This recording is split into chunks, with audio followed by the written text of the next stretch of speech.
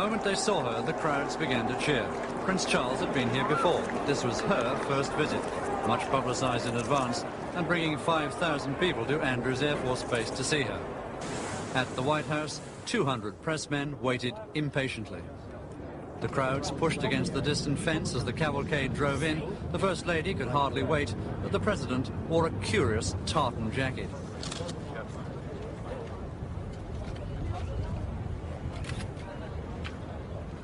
The Reagans are known to be very fond of the couple.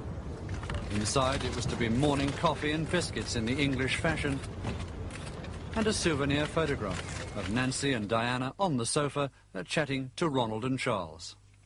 The Suburban Mile is the symbol of America's love affair with shopping. At this one in Virginia, 6,000 turned out to see the Prince and Princess tour a store and view a display of British goods. Pennies had bought $50 million worth for their 1,300 stores and were glad of the publicity as the security men walked the royal rolls towards the door. When they saw her, the crowds went wild. Nervous executives stepping forward to greet her. The distant cheering rewarded with another wave. Outside, the couple insisted on meeting at least some of the people who'd stood for hours waiting to see her. They pressed on, surrounded by worried security men. When the prince tried to go back, a bodyguard said firmly, "No way, sir."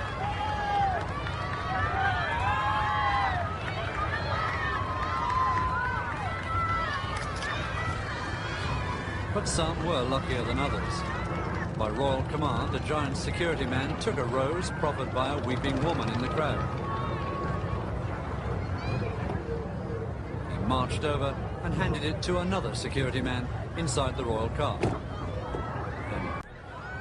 The car drifted away even more slowly to give everyone time to look.